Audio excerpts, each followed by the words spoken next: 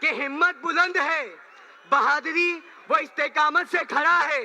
हिम्मत बुलंद है, बहादुरी वो इस्तेकामत से खड़ा है। बेखौफी और दिलेरी से तन्हा महाज़े हक पे डटा है। जनाब अकबरुद्दीन ओवैसी साहब, जनाब अकबरुद्दीन ओवैसी साहब, देखो देखो कौन आया। अस्सलाम वालेकुम।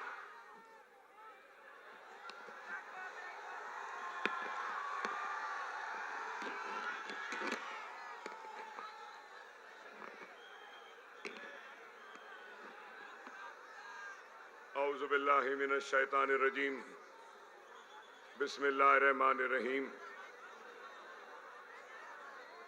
सैनशीन पर तशरीफ फरमा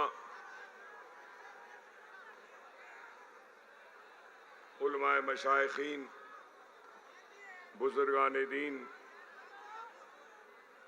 नौजवान कायदीन, मेरे साथी रुकने असम्बली जनाब अहमद बलाला साहब और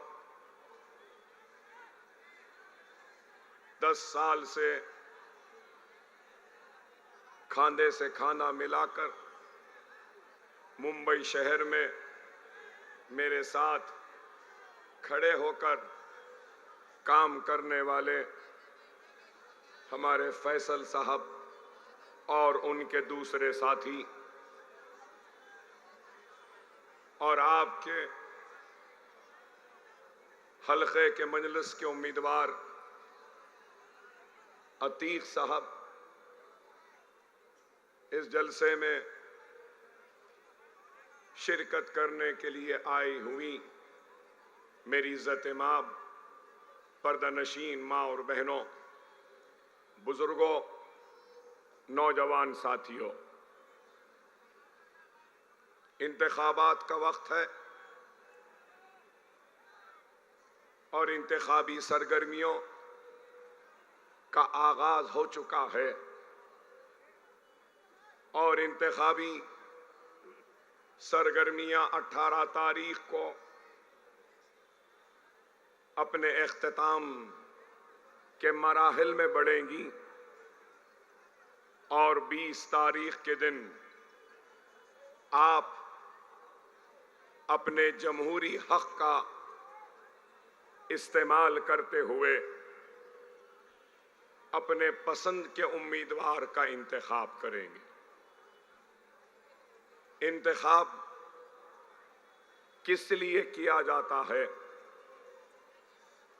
और अपने नुमाइंदे का इंतखाब किस लिए किया जाता है? अपने नुमाइंदे का इंतखाब अपने मसाइल को पेश कर कर उसको हल करने के लिए नुमाइंदे को मुंतखब किया जाता है।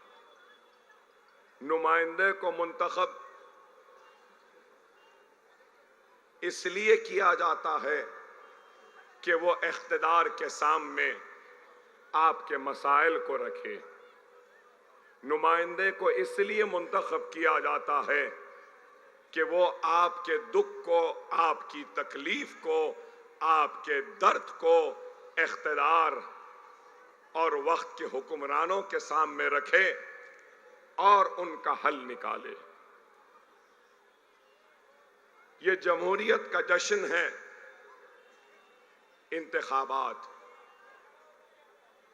हिंदुस्तान की आजादी से लेकर आज तक कई इंतखाबात आए और अवाम हर इंतखाब में इस उम्मीद, इस तवक्को को के साथ ओढ़ देती है कि उसकी जिंदगी में खुशहाली आएगी, उसके मुल्क में तरक्की आएगी और उसका मुल्क मुस्तहकम होगा, उसका मुल्क ताकतवर होगा और उसके मुल्क के शहरियों के साथ इंसाफ होगा और न सिर्फ मुल्क बल्कि उसके रियासत, शहर, गांव और उसके बस्तियों में भी खुशहाली आएगी। और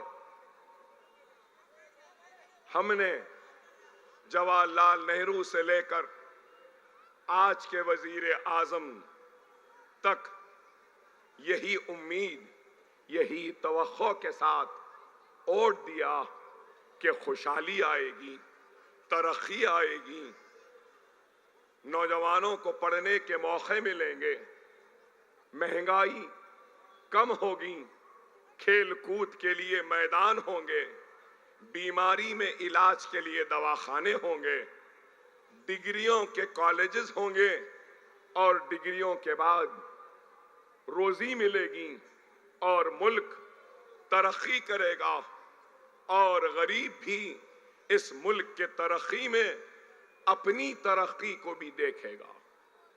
लेकिन अफसोस कि आज इस मुल्क में हिंदू हैं, मुसलमान हैं, सिख हैं, बुद्ध मत के मानने वाले हैं, जैन हैं, ईसाई है, हर कोई है। इस मुल्क में मैं ये भी कहूं तो गलत ना होगा कि इस मुल्क में भगवान अल्लाह गॉड को नहीं मानने वाले भी हैं। ये मुल्क सबका है और इस मुल्क की खुशहाली, इस मुल्क की तरक्की, इस मुल्क की ताकत उस वक्त ही पूरी होगी जब इस मुल्क के हर शहरी को इस बात का एहसास न हो कि हम भी इस तरक्की के हिस्सेदार हैं, हम भी इस खुशहाली के हिस्सेदार हैं, हम भी इसकी ताकत के हिस्सेदार हैं। अगर कोई ये सोच रहा है कि हम इस मुल्क को तरक्की देंगे सिर्फ हिंदुओं को लेकर, या अगर कोई ये सोच रहा है कि हम इस मुल्क को ताकतवर बनाएंगे सिर्फ मुसलमान को लेकर या सिर्फ सिख को लेकर, ईसाई को लेकर, नहीं मेरे भाई, सिर्फ एक को लेकर ये मुल्क ताकतवर, ये मुल्क कामयाब, ये मुल्क खुशहाल, ये मुल्क तरक्की याफ्ता, ये मुल्क मजबूत नहीं हो सकता। ये मुल्क उसी वक्त मजबूत होगा, मुस्तहकम होगा, ताकतवर होगा जब इस मुल्क के हर शहरी को इस बात का एहसास होगा कि हां, मैं भी तरक्की का हिस्सेदार हूं, मैं भी खुशहाली का हिस्सेदार हूं, मैं भी मुल्क के ताकत का हिस्सेदार हूं। इस बात का एहसास हर एक को होना। लेकिन आज जब हम हमारे सियासी कायदीन के तकारीर को देखते हैं और उनके काम को देखते हैं, कारकर्दगी को देखते हैं, तो हमको यही दिखाई देता है कि हर कोई मखसूस अपने तबके के लिए काम कर रहा है।